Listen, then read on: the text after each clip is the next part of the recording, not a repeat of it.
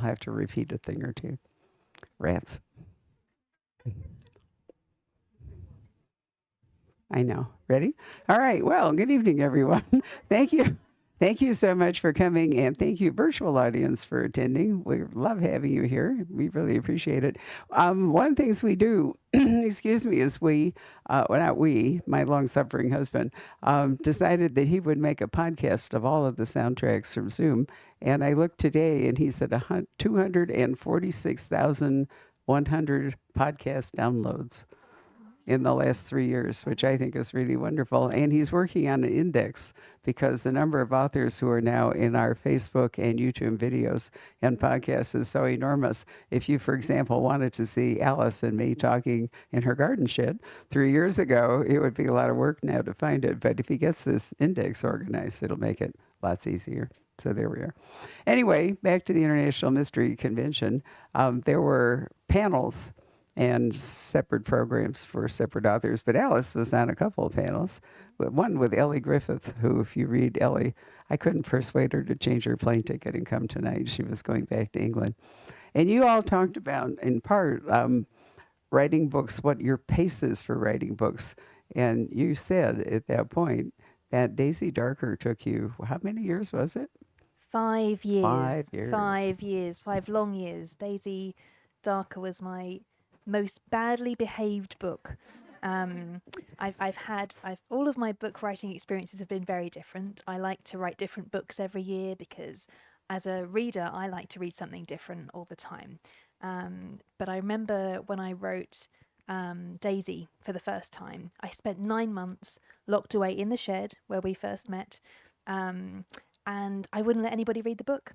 I decided that there was something wrong with it and I wasn't sure what was wrong with it. So I sent an email to my agent saying, I'm so sorry, I can't send you the book.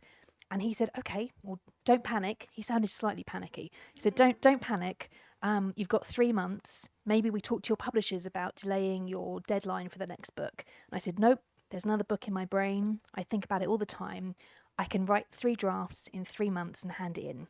And that book was His and Hers. And that was a very well-behaved book. Well done, His and Hers. Very well-behaved book, 3 months. And in comparison, Daisy was 5 years.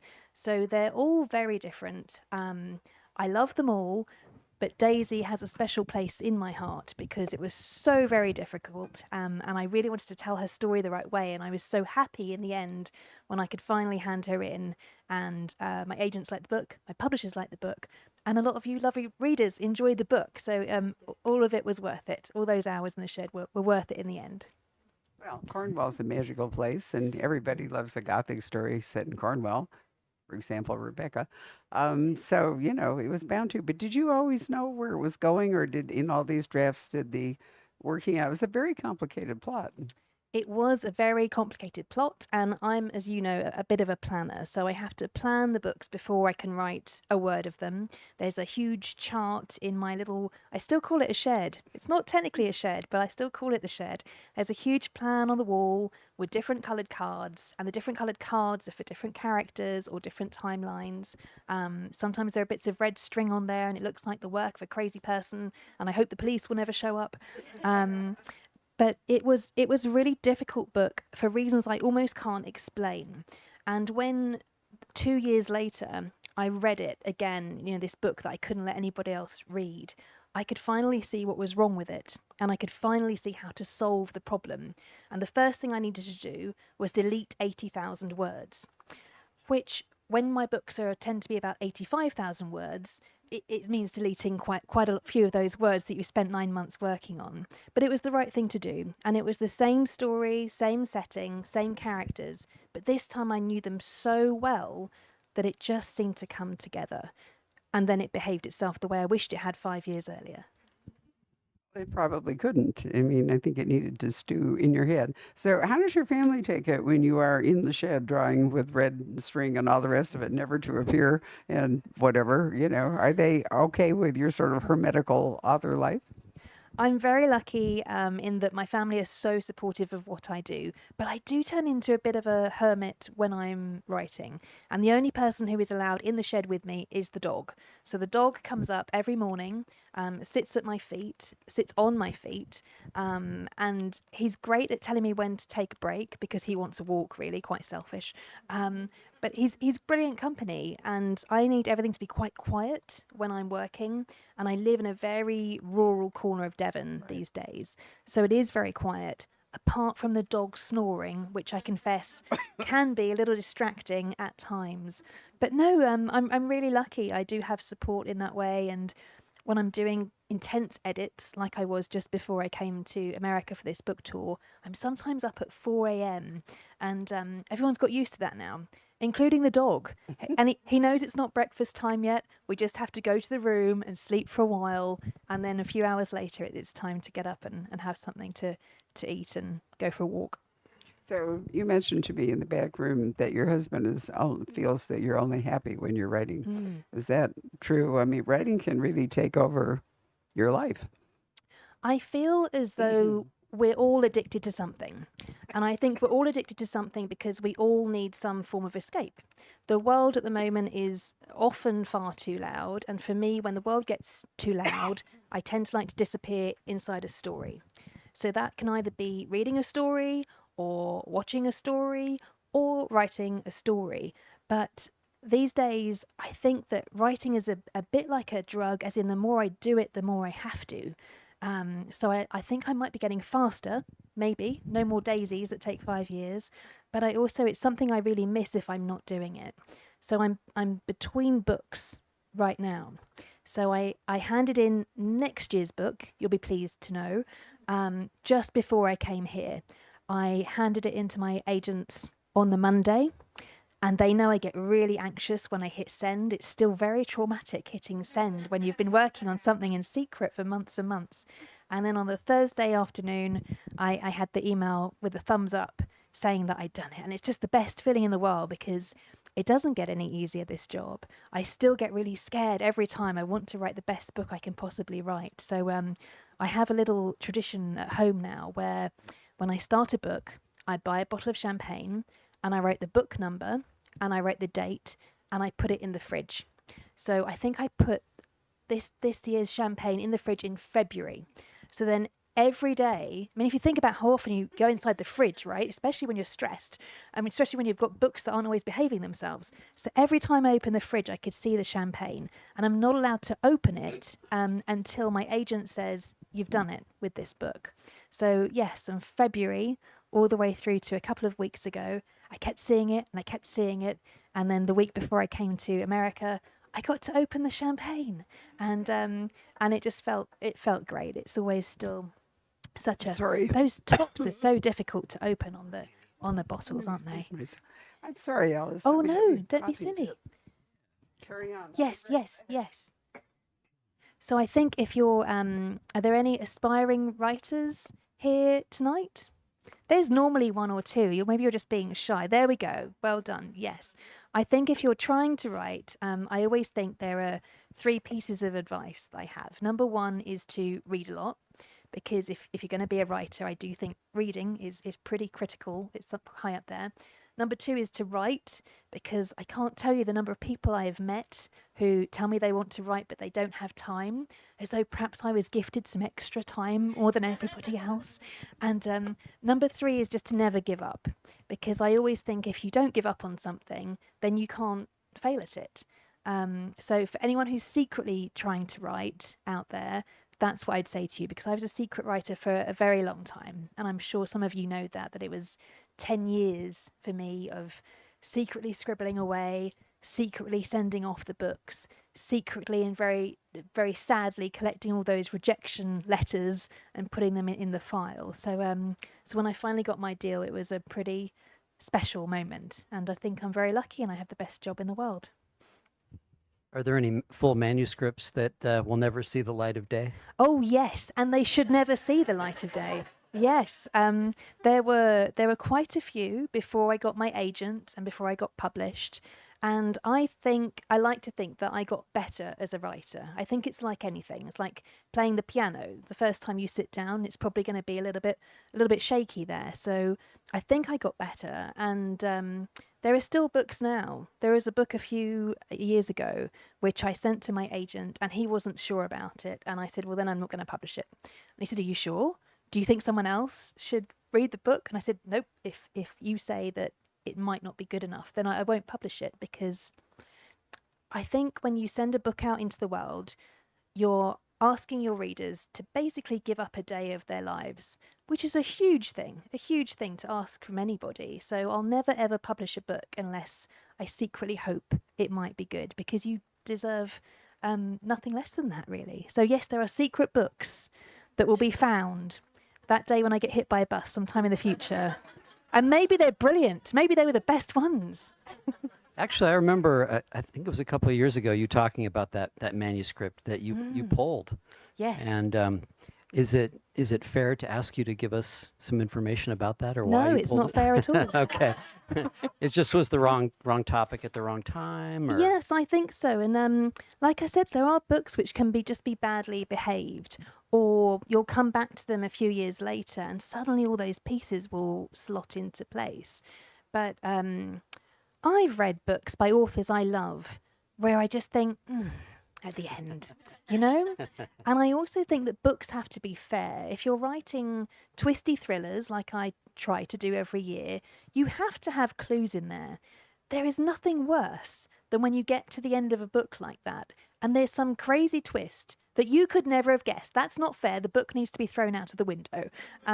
So no, I always think you have to plant those clues. You have to leave the breadcrumbs. It has to be a fair game, because it is a game you're inviting readers to play, I think. We're going to try and solve a mystery together, and we're going to go on a roller coaster ride together with various twists and turns. And by the end of it, I hope we might have been a little bit scared, a little bit confused, a little bit thinking, what on earth is going on here? But by the end, I hope that we all have had a good time together.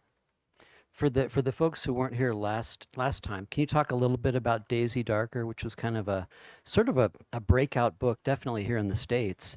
Talk a little bit about that book. I loved Daisy Darker. Has anyone here read Daisy? Oh, look at you. I love all of you as well. You're my favourite readers. Well done. Yeah, I love that book so much. I guess part of it was written during the pandemic, and we were, I don't know about you and your families, but we were playing a few board games in a way that we hadn't for a while, and Cluedo was one of them, which you call Clue here. It's Cluedo back home. I do not know why. So I think that was very much in my mind with the floor plan at the start. I wanted all of my readers to be able to picture Sea Glass, this crumbling Gothic manor on the Cornish coast. And it's on a tiny tidal island, so it gets cut off whenever the tide comes in. And I just loved the idea of this family, the Darker family, who are actually all a little bit dark, let's face it. And I love the idea of them being trapped and then something happening. And there are some characters in that book, perhaps because it took 5 years, who I still miss, even now. And it's very strange sometimes as an author. Your characters can feel as real to you as you are to me now. They're there all the time. You sometimes hear them whispering. I sound crazy. I just heard that out loud. No, so I do. I miss Daisy, and I miss Nana from Daisy Darker, who would sometimes come out with these lines as I was typing, and it felt like it was her, not me. It was, and I think, oh, that's it.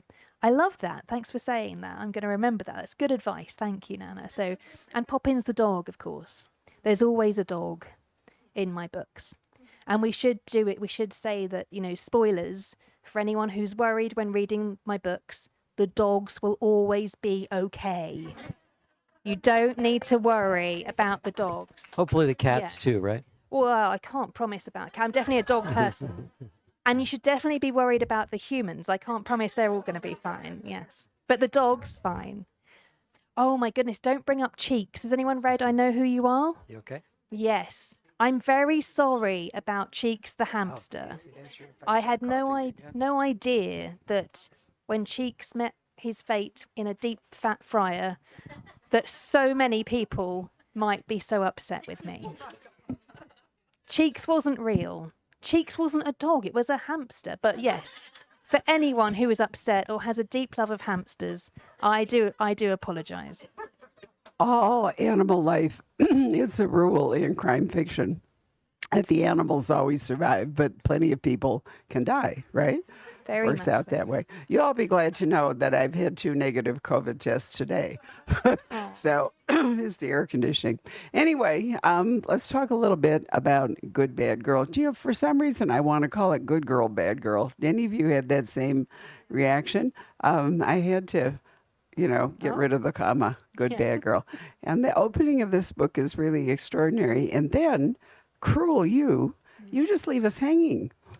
Well, there was no hamster this time. I do think I deserve some brownie points for that. But That's true. yes. Well, I think this book was a bit of a different journey for me. I think it's quite an emotional book.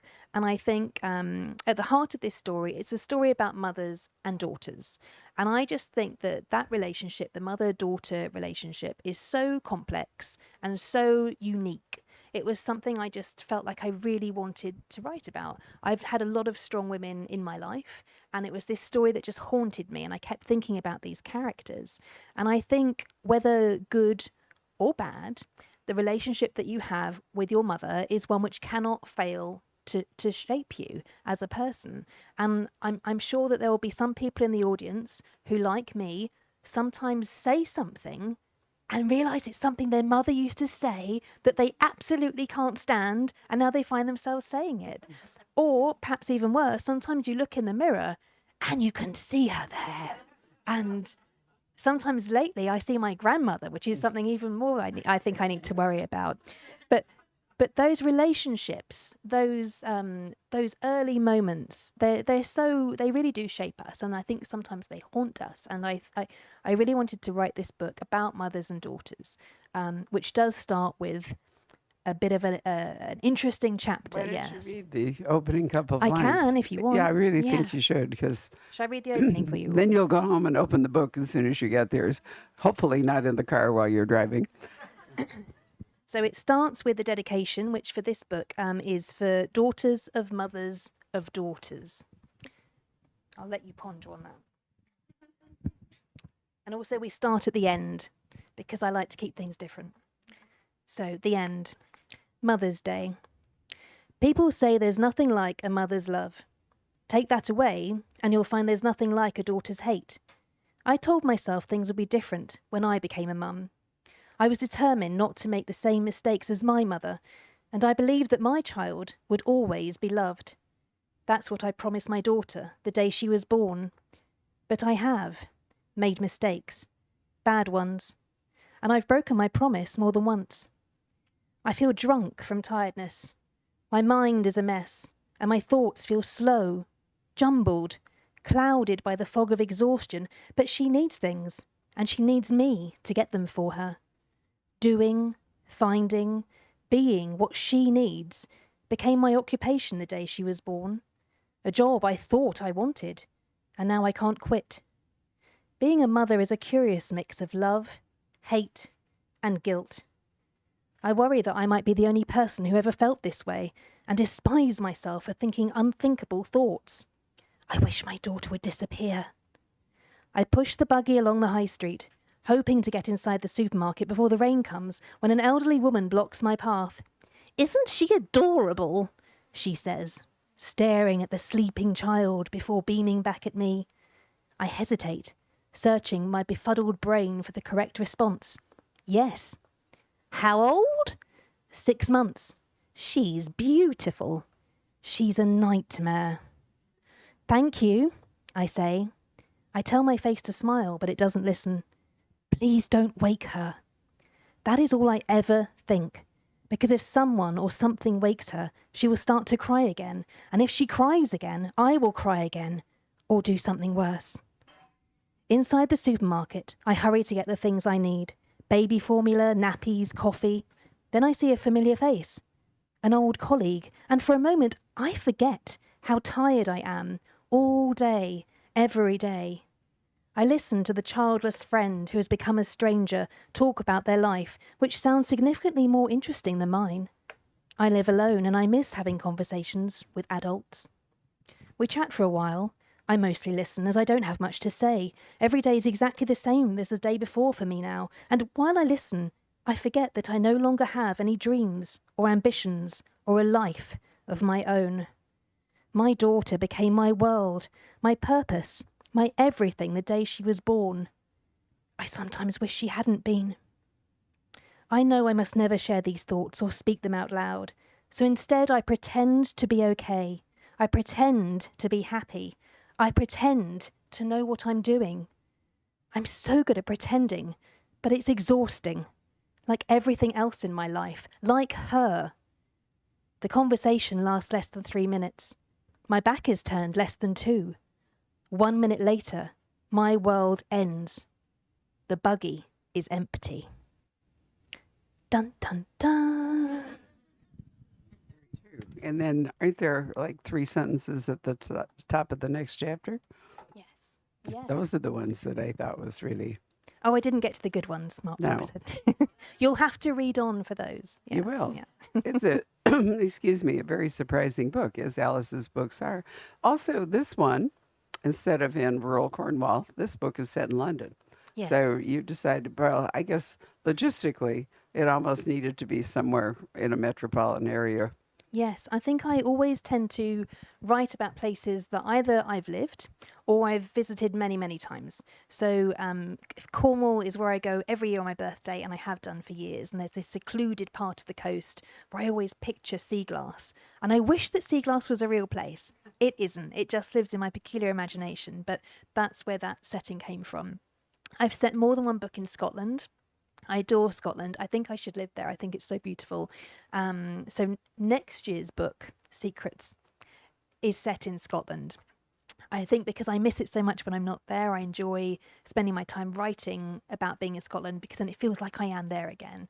But with this book, I think the relationships within this book are so intense and so claustrophobic that it had to be set in a city. I think sometimes the settings in books almost play characters in themselves. So when I have a book set up in Scotland, like Rock, Paper, Scissors, if anyone has read that one, it's very wild and unspoilt and unpredictable, almost like the marriage in that story.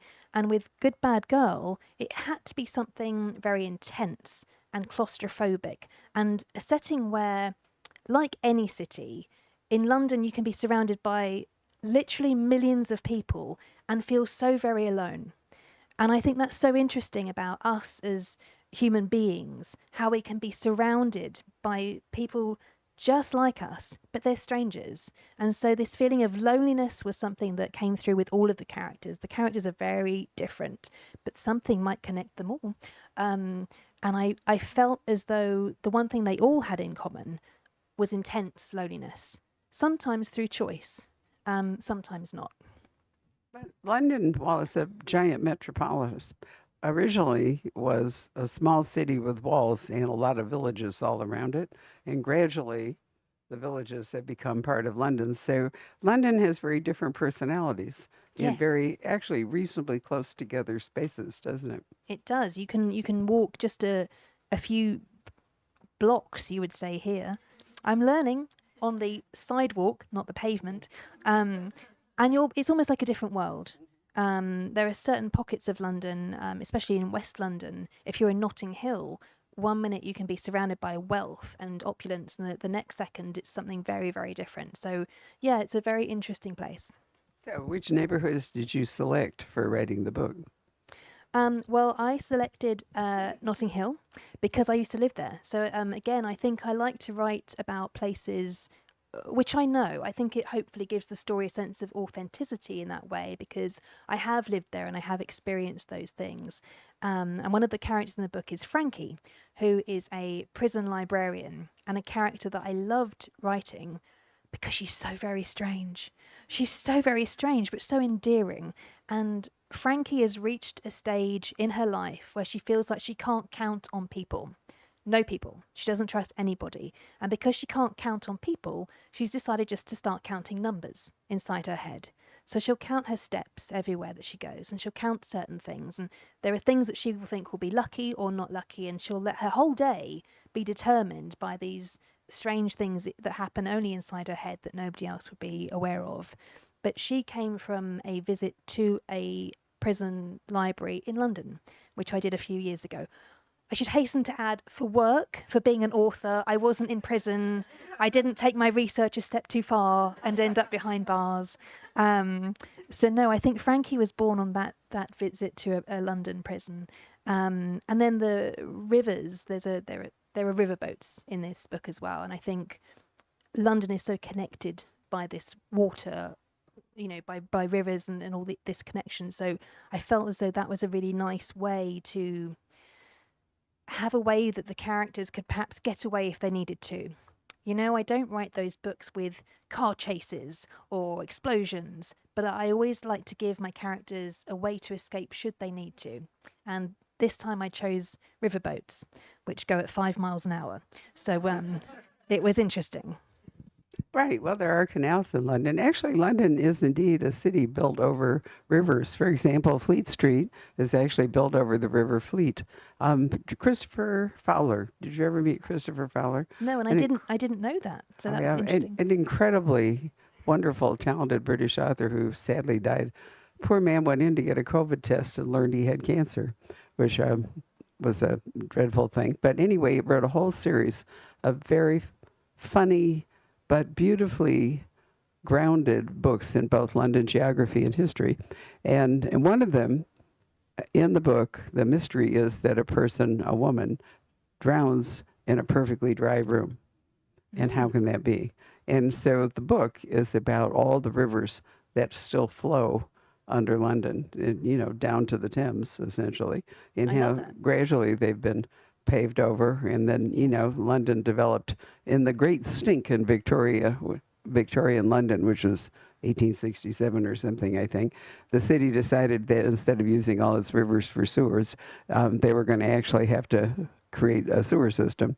So, it goes on and on. Prison librarian, I love that. We have a prison librarian who called us. I think isn't there a prison out west here? I'm trying to remember, where is the prison? Metro Phoenix. Right, that's it. Well, anyway, he called me one day and wondered if we had any books we could donate to the prison. And I said to him, you are aware that we are primarily a crime bookstore. And he said yes, but they liked really good reads. And the only restriction was that we couldn't give them any true crime. I love that. I thought that was so funny. So I remember when I was giving the talk at the prison, they were asking about my next book. So it was, Yeah. I just done Sometimes I Lie, my first book. And I confessed that I'm really secretive when I write. So nobody knows anything about my books, even my agents and my publishers. They don't even know the title until I've finished them. I think it's bad luck. And agents and publishers don't really like that way of working. But it works for me, so that's what I do. But I do remember in the prison them asking about the next book, and then someone just put up their hand and said, "Okay, but does somebody die in it?" And I said, "Of course." And then they all cheered, and I knew that I knew that I had readers for book 2, and it was all going to be fine. That's wonderful, Alice. You should work there. Well, anyway, I mean, prison librarian is I'm a librarian originally by training, and I never really thought about prison librarians until fairly recently, but they're quite valued, because you have to keep all those people occupied, and with any luck, if the idea is to rehabilitate people, how do you do that if you can't give them access to things that would theoretically improve them, such as not true crime, but other kinds of books. So does Frankie have any sense of that? Why is she a prison librarian? Is it just a job, or, does she have some kind of calling for it, or what's the deal? Frankie, like me, I suppose, is always hidden inside stories. So she had quite a difficult childhood, and her first job was in a bookshop in Devon, in St Ives. And that's definitely because I visited a bookshop in St Ives on tour once, and I thought it was lovely. So, of course, one of my characters had to work there. And then trying to find a job that worked with childcare was something that was very difficult for her. And she saw this advert for a prison librarian, and she didn't have a huge amount of experience, but she did have a lot of experience of working with books. And so she got the job, and she was terrified at first, as I think a lot of people would be. But like anything, we're often scared of things we don't know. And it's the unknown that we're fearful of. So soon it became routine for her. And so she turned this library into a very dark and from a dark and dingy space into something pretty amazing, where she would write off to authors, to publishers, asking, do you have any spare books? Is there anything you can donate for us? And I think that she was one of these people who helping other people helped her. It was the one thing that she could do. If she could help other people, it made her feel better about some of the mistakes she might have made in her life before. So moving on, let's go to the care home. Now, care home is British rather for nursing home, and so you have another of your characters works in a care home. Yes, so we've got Patience, who works in the care home, and we've got Edith, who is living in the care home and doesn't want to be living in the care home. As far as she's concerned, she was tricked into living there by her children. She doesn't want to be there. She misses her dog, Dickens. I love coming up with names for dogs in every book. We had Poppins in Daisy Darker, and we've got Dickens in Good Bad Girl. And I think if they ever met, they'd play with a tennis ball really happily together. But Dickens is sadly taken away from her because dogs aren't allowed in the care home. And Patience forms a very close relationship with Edith while she's caring for her in the care home. And so she goes to the adoption centre where Dickens was left, adopts the dog, and brings the dog to visit Edith, which made me really love Patience as a character because she's very young. She's only 18. It's a big thing for her to have done. And I used to work in a care home many, many years ago, over 20 years ago. Feels like a different life now, but it was probably the hardest job I've ever had and the lowest paid job I've ever had. And it's such an important job. I wanted to thank carers in this book because, especially during the pandemic, I think finally people understood what an important role that is in society. And so Patience, although very young, is doing this job, which I think is so important and so valuable and something which we should all be incredibly grateful for. And I love the bond these two characters have. Edith in her 80s, Patience who's 18. And basically, Edith wants to escape, and she's looking for someone to help her. Breaking out of the care home. I love it. Right. So that's now two prisons. Where's the if you really think about it? So there's a fourth person who is in a different kind of prison. So Cleo has built a prison of her own. Cleo lives in the pink house. So she is thought of as the woman in the pink house in the book. And I'm sure if you've ever seen the film Notting Hill, there are these beautiful houses there and they cost a fortune. And Cleo lives in one of these houses alone. And she is a therapist. So she spends all day helping other people, but she can't help herself. Cleo has a very dark past and very sad things have happened to her. And she's one of those people who puts a brave face on everything. And I think we all know somebody like that. And I think sometimes those people who we have in our lives, who are the happiest, who seem to have it all, who seem most together, they're the ones we have to remember to ask, are you okay? Because Cleo isn't okay, and she has built this prison for herself, which looks so beautiful, this pink, gorgeous house in Notting Hill, but she's trapped. She's trapped in so many different ways. And eventually, through the story, we find out how all of these characters are connected. And I think that's the point where we really understand who they are underneath the disguises that I think we all are guilty of wearing sometimes. The real people, the people we're too scared to let ourselves be in front of others sometimes, those characters then shine through. And I think that's when the story has its best moments. So, and with Daisy Darker, there's a time span for the characters. You know, we're not just in the present moment. So in this book, it's a 20-year span, if I remember right. Yes. So if you're going to, I suppose if you're going to do these kinds of relationships and all, there's a lot of backstory, which means that you do have to travel back into the past and bring everybody up to the present.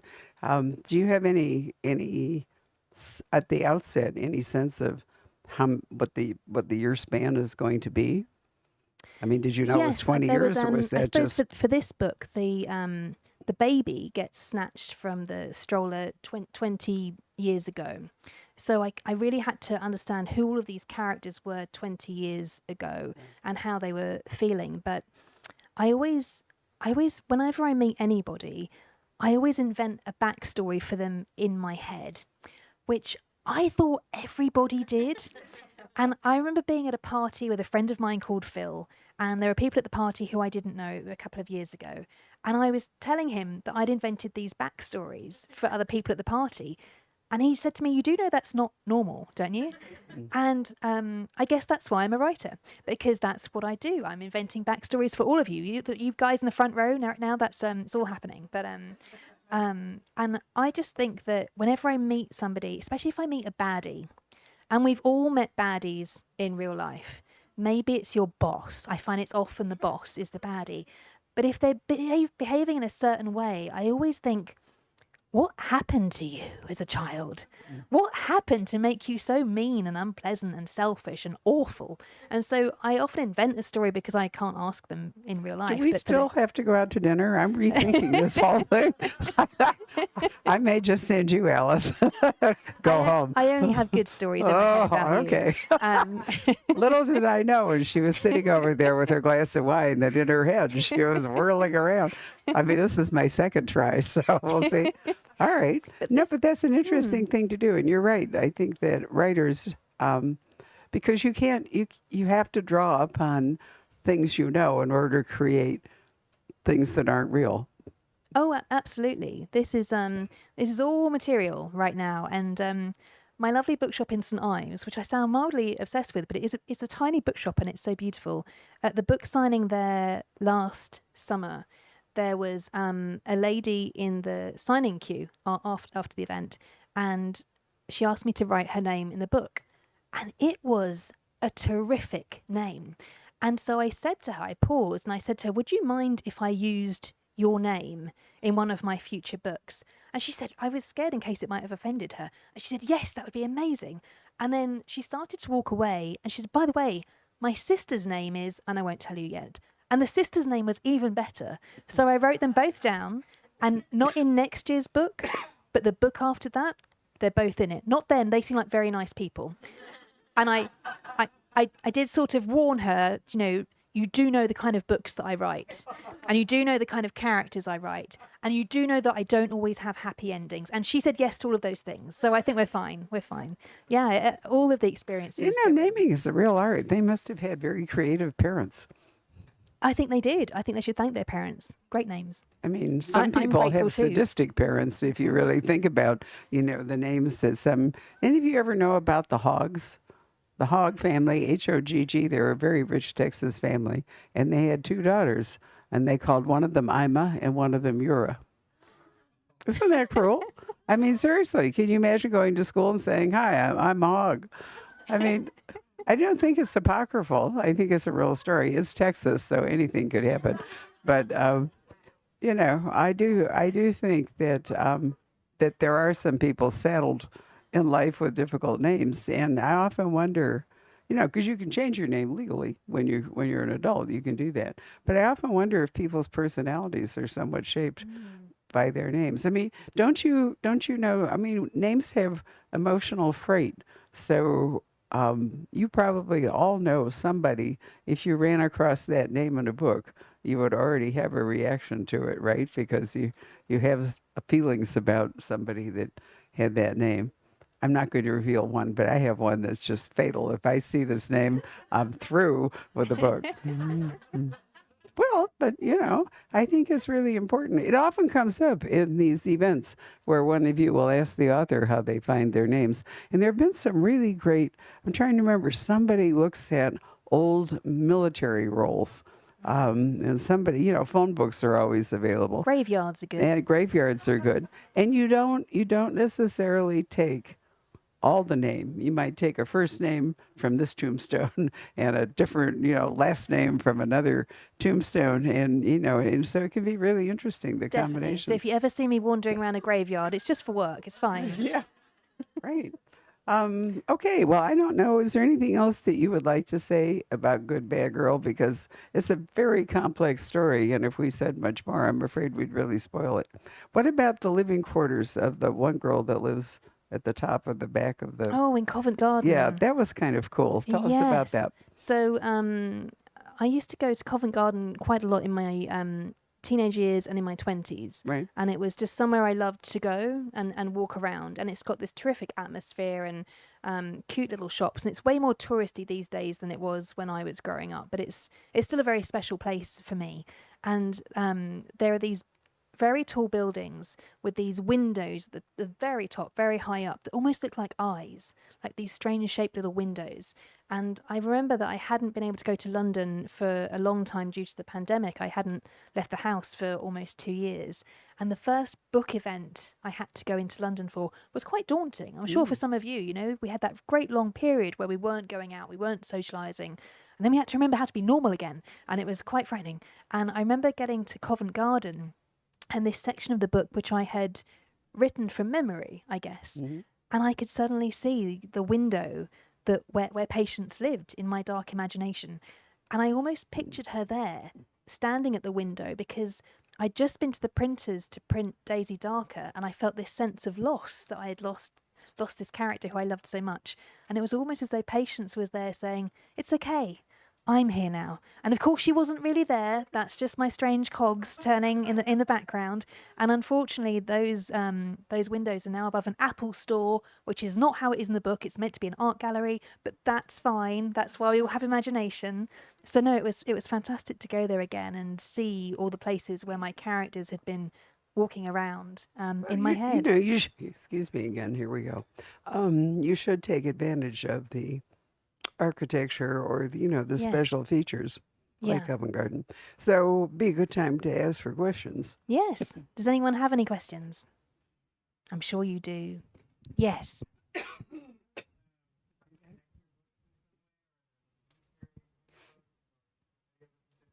You want to do the questions? There is one sequel coming up. Book 10 will be a sequel. I'm not sure I'm going to tell you what it will be the sequel to. So I've just handed in book 7, which will be out next year, which is called Beautiful Ugly. And it's next year's book is quite dark. When I say that to my editor, she says, "All of your books are dark." The next one's quite dark. So yes, there are certain things that connect them, I think, but I like to have a different book every year. And there is a little Easter egg in next year's book, which will make sense to the readers who've read my other books without giving too much away. Yeah. Any more questions? Come on, I know you do have them, really. Yes. Oh, there are so many. I feel like we are in a golden age of literature. I feel like we're so spoilt. There is so much to choose. So I just finished reading Tom Lake. Has anyone read Tom Lake? It's just the most beautiful book. I kept having to put it down because it was so beautiful. I had to stop and think about the story. Is that the Anne Paget? Yes. Right. Really just beautiful. Probably one of the best books I've read this year. I always love reading Lisa Jewell's books. We share an agent. So one of the biggest perks of my job is that I always get a proof of her book early every year. I'll never give up writing because it means I get a Lisa Jewell book before everybody else.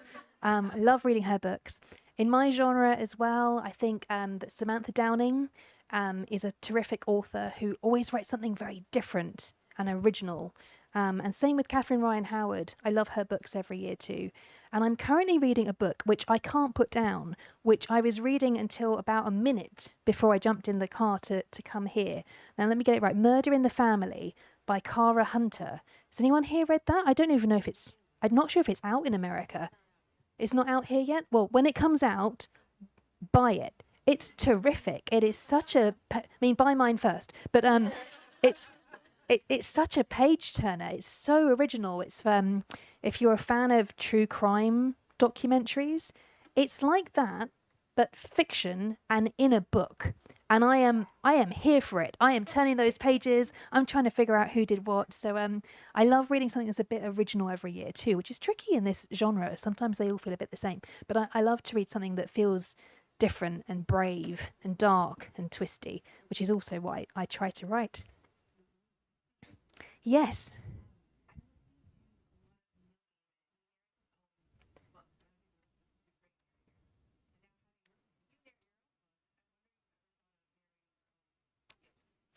I hate the sound of my voice.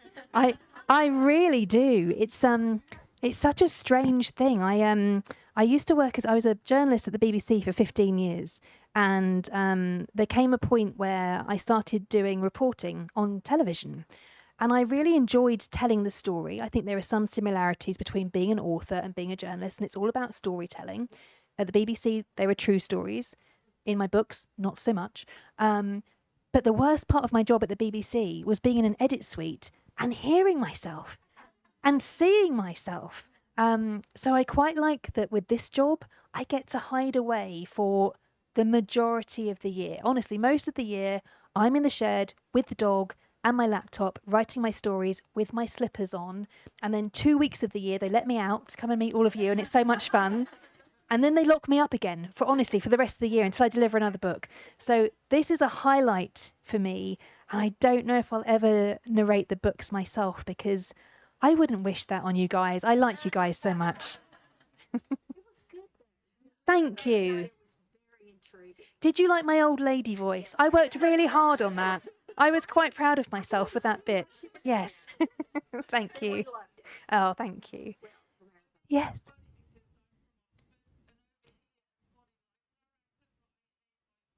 Yes. You.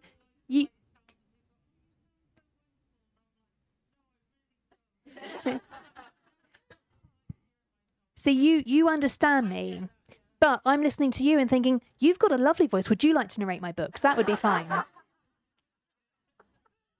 Are you good at doing other British accents? Because there's quite a regional variety in Oh. England, right?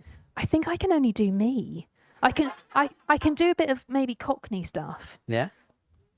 Can I? All right, Governor. That's about it. That's all I can do. Do you know any No. good rhyming slang? No. It's fascinating. Do you guys know about Cockney rhyming slang? Oh man. Oh, apple and pears. That means stairs. I can't think of any others. Any more? Elephant's trunk, What does that mean? drunk. Oh, I wouldn't know. Barbara and I are going for wine later. I do know. Anybody else? Yes. Any more questions? Yes.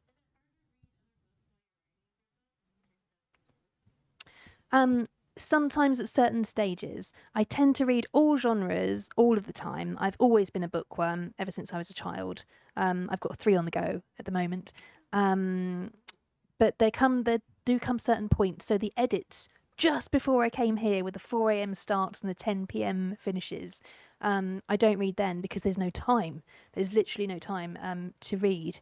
But no, I love reading all of the time. Really, I feel a bit lost if I'm not reading, in the same way that I feel a bit lost if I'm not writing. And there's a very precarious pile of to be read books beside my bed at all times, which one day I fear might be the end of me if I accidentally topple them over in the night. Death by books. Be a good way to go, wouldn't it? Very appropriate for my line of work. Do you have any interesting writing rituals that you do? Do you have? Oh, well, we've got the champagne every year goes in the fridge. And one time I was moving house whilst writing the book. And I was so, what movers are like. Sometimes things can get broken. I was so scared the bottle of champagne would get broken, because then I would think there was something wrong with the book and probably ditch it in that way that I sometimes do. I have certain things around me all of the time, so there'll be certain things to do with the book, which I tend to have on my desk as little reminders. So one of the characters in next year's book makes pottery. So I've got a vase that I always look at, and I think of her because in my imagination she made it. She didn't, because she's not real. I must remind myself of these things. And on top of my desk, I have a jar of Lucky Kit Kats, which might sound like a strange thing, and I honestly can't remember how it began, but it started with my debut novel with Sometimes I Lie. And I think I was so nervous to talk about the novel that I couldn't eat if I had to do an event. But if you don't eat anything, you can feel a bit shaky or a bit sleepy. And so I had a Kit Kat, and that event went brilliantly. And so now I always have to have Lucky Kit Kats. And whenever I come to America, the Kit Kats I have at home are 2 fingers of chocolate. Here they're 8. I mean, can you imagine if I lived here? I could probably write 2 books a year, maybe 3. So I might have to think about doing that one day. What about just, your daily routine for getting the words out? Do you have a certain number of words you shoot for, or are you a morning writer or a late night writer? I love that question because it always makes me think that other writers must be so much faster than I am. I'm both. I start quite early, and sometimes I'm there till quite late, especially during that first draft. I think with the first draft, I just want to get the story out and on the page as quickly as possible. But 2,000 words is what I aim for every day, and some days you'll do more than that, and some days you'll do less. But I think an average of 2,000 is So what great. about 8 type double-spaced pages, I guess, right? Yeah. I don't know. Something like Yes, that. no, it 200 definitely is. 250 Yes, words. That's great. Wow. Try my best. What was that famous Oscar Wilde quote? He spent the morning putting the comma in and the afternoon taking it out. Yes, there are days that are really like that, or there are days where you feel like you're going backwards almost because you'll find a problem and you'll want to delete everything. But and I polish a lot, so it's 3 drafts before anyone is allowed to read it, even the dog, because he might tell somebody my secrets. So no, it's quite a solitary job. You do. I don't know whether I would say it's lonely, because I have my characters and they're very noisy sometimes inside my head, but you do spend a lot of time working on your own, and then you're allowed out for book tour, which is always the fun part. Do you have a favorite part of the process? Do you like, getting that story out with the first draft, or do you like going back in and shaping it and re-editing and? I think that honestly, being an author really is the best job in the world. I feel lucky every day. I still pinch myself on a regular basis that I'm allowed to do this for my job. It took me a long time to get this to be my job. And I'm just very lucky in that I get to work with the best in the business. I have the best agents and I have the best publishers in the known universe. So my job is just to write the books. And then when I send them in, I have the best team, so I don't have to worry after that. So I suppose I love the writing the most because it feels like magic. It feels like this magic experience every time, and it takes quite a long time from when I hit send to when the book is ready for you guys to read. And I always think it's a bit like time travel, as though I'm sitting there in my shed with my dog and my Kit Kats and my slippers, and I'm writing my books, and then a year and a half, 2 years later, you're reading this story that was happening in my head so very long ago. And it brings us together because writing is a very solitary thing to do. Reading is something we tend to do on our own. But it's when we all read the same story and share that experience that it becomes this, I think, nothing less than magic, really. I think stories are nothing less than magic when they can bring us together and we all have a different reaction and a response and an emotional feeling when we read them. So I love all of it, but I love the writing the most. And I don't do it like that because that would be strange. That's some sort of piano playing writing that I don't do. Any other questions? Yes.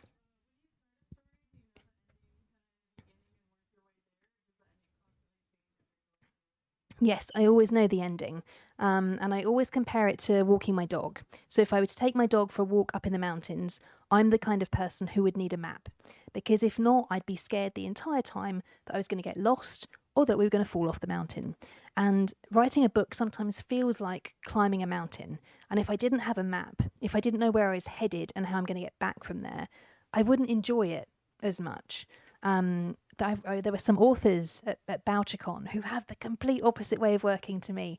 They just sit there and they make it up as they go along, and I find that terrifying.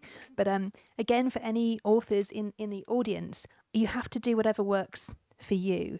And I have the personality that means I'm scared of getting lost, so I have to know where I'm heading for. Yes.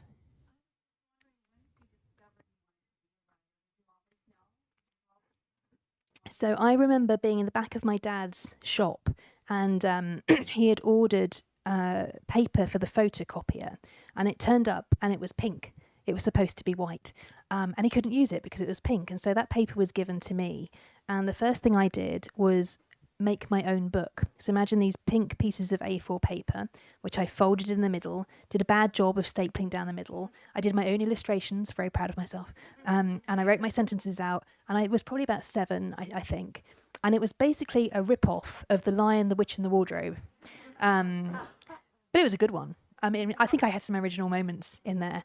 And I think it was really that moment, that it was this dream that maybe one day, because I loved reading books so much, even at a young age, that perhaps I could do it. But I didn't really believe it. And it was only years later, when I was already a journalist, I'd written short stories, I'd entered competitions and lost. I'd been trying and trying and trying, and I wasn't sure it was a job that I was allowed to do, because it is this incredible dream job. For me, this is way more exciting than being a movie star, because if I was a movie star, I'd have to see and hear myself, which we've established I hate. So I desperately wanted it, and I wasn't sure I could do it, so I just kept trying. And I think if you have a dream, whether it's being an author or something completely different, that's all you can do. You just have to keep trying. There are things I know I can't do now because it's too late. I probably can't be a professional ballerina. That ship has passed. I probably can't be an astronaut, but I think I lucked out because I think I got the best job of all, and it's a job that I love. Anybody else? Well, we've come to the evening. We always like to give away a book, and thanks again, everybody, for coming out tonight.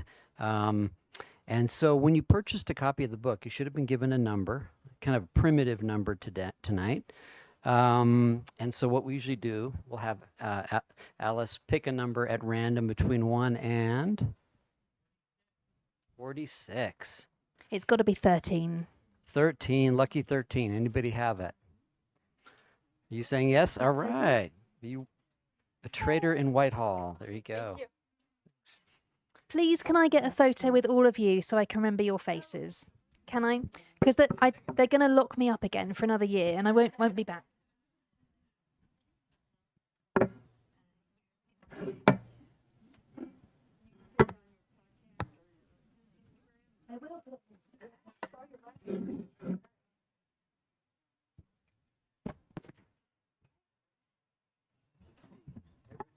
You want to hold up your books? Repeat for the back, and you stand up. I want to see your lovely faces.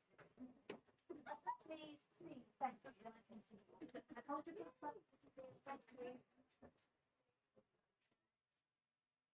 Can you see everyone? Back up.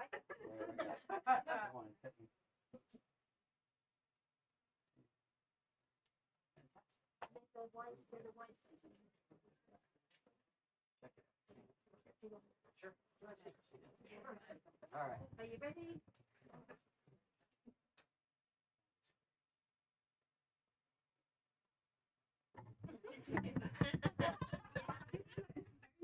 Get everybody in here. Why not? That's much better. Okay. All right. Great. I took a bunch. Well, thanks so much, everybody, for coming out tonight. And let's give Alice a nice, warm round of applause. All right. So this is the kind of awkward part. Do you want to stay here and sign, or would you rather be at a... This is good? Okay. So if you wouldn't mind just folding up your chairs and putting them against the closest wall, and then we'll line you up by number. Thanks so much.